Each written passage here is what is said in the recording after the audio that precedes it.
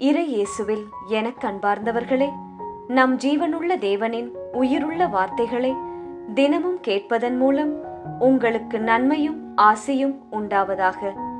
இன்றைக்கு நம் உள்ளத்தில் ஆண்டவர் பேச விரும்புகிற திருவசனம் எஸ்தர் 5ஆம் அதிகாரம் 3ஆம் திருவசனம். மன்னர் அவரை நோக்கி, எஸ்தர் அரசியே, உனக்கு என்ன வேண்டும்? உன் வேண்டுகோள் யாது? என் அரசின் பாதியே ஆகிலும் அது உனக்கு அளிக்கப்படும் என்றார். இறை இயேசுவில் எனதருமை நண்பர்களே, உங்கள் அனைவருக்கும் நம் இயேசுவின் அன்பை உரித்தாக்குகின்றேன். இன்றைய புனிதராம் காசியா நகர் புனித ரீத்தாவிடம் நமக்காக இறை இயேசுவிடம் பரிந்து பேசி அவரின் மேலான இரக்கத்தை பெற்றுத் தரும்படி ஜெபித்துக் கொள்வோம். அனைவரும் இறை இயேசுவின் அருளால் மகிழ்ச்சியாயிருப்பீர்கள் என்று விசுவசிக்கின்றேன். அதற்காய் இறை இயேசுவிடம் ஜெபிக்கின்றேன். அன்று இஸ்ரவேல் மக்களுக்கு ஒவ்வொரு நாளும் வானத்திலிருந்து மன்னா கொடுக்கப்பட்டது. அதைத்தான் தினமும் அவர்கள் எடுத்து உண்டார்கள். அதுபோல தினமும் நம் ஆன்ம பசியை ஆற்ற நமக்கு இயேசுவின் வாழ்வு தரும் வார்த்தைகள் ரோசரி பிரேயர்ஸ் சேனல் மூலமாக நமக்கு உணவாக கொடுக்கப்படுகின்றது. இதை நீங்கள் விசுவாசியுங்கள், அதன்படி வாழுங்கள், பல நன்மைகள் உண்டாகும். அதை நீங்கள் காண்பீர்கள். சரி, இன்றைய வசனத்தை கேட்கலாமா? எஸ்தர் அவரை நோக்கி மன்னர் என்ன கூறினார்? எஸ்தர் அரசியே, உனக்கு என்ன வேண்டும்? உன் வேண்டுகோள்தான் யாது? என் அரசின் பாதியே ஆகிலும் அது உனக்கு என்ன செய்யப்படுமாம்? அருளப்படுமாம். இதை கூறிய ராஜா அகாஸ்வேலு ராஜா. யாரிடம் கூறினார்? எஸ்தரிடம் கூறினார். எஸ்தர் யார் தெரியுமா? அவள் ஓர் அடிமை பெண். தாய் தந்தை கிடையாது, அனாதை. வளர்ப்பு தந்தையிடம்தான் வளர்ந்தாள்.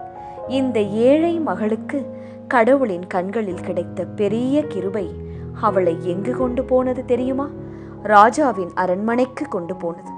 அவளுக்கு ராஜாவின் கண்களில் அதிகமான தயவு, அதிகமான அன்பு, அங்கீகாரம் கிடைத்தது. அதனால்தான் அரசரே எஸ்தரிடம் கேட்கிறார், உனக்கு என்ன வேண்டும்? உன் வேண்டுகோள் யாது? என் அரசில் பாதியை நீ கேட்டாலும் நான் உனக்கு கொடுப்பேன் என்று வாக்கு கொடுக்கிறார் ராஜா.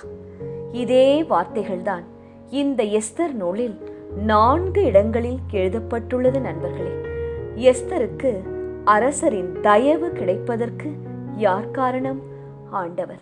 அவர்தான் பின்னால் இருந்து அரசரின் உள்ளத்தில் பேசி காரியத்தை நடத்தினார்.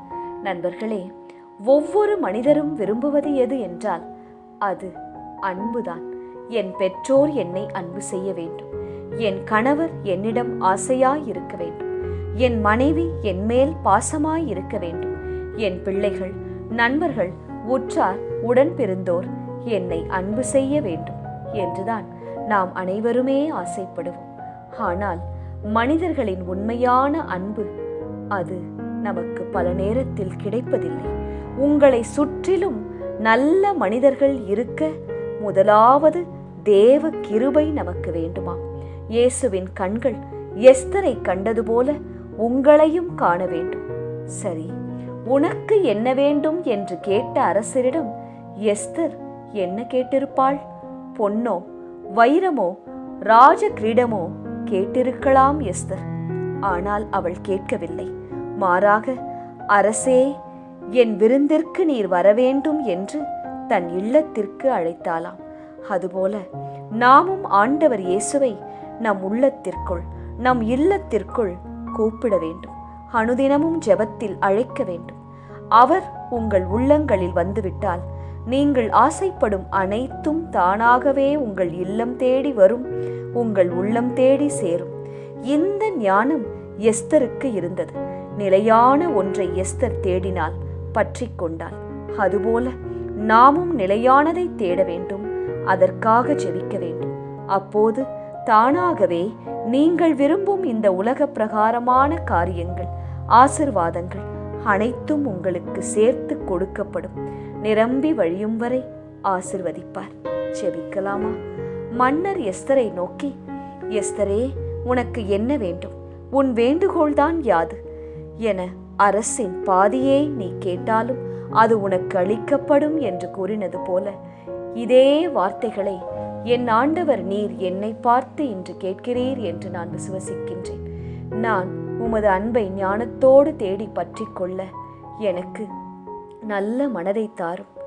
அப்போது தானாகவே நான் ஆசைப்படும் அனைத்து உலக பிரகாரமான காரியங்களும் எனக்கு கொடுக்கப்படும் என்று நம்புகிறேன். துணையாக உம்மை அழைக்கிறேன் இயேசுவே. ஆமென். இயேசு கிறிஸ்துவின் பெரிதான நாமத்தின் நிமித்தம் ஜெபிக்கிறோம். ஆமென். ஒவ்வொரு நாளும் உங்கள் உள்ளத்தில் ஆண்டவர் பேச விரும்புகிற இறை வார்த்தையை தெரிந்து கொள்ள ரோசரி பிரேயர்ஸ் சேனலை சப்ஸ்கிரைப் செய்யுங்கள்.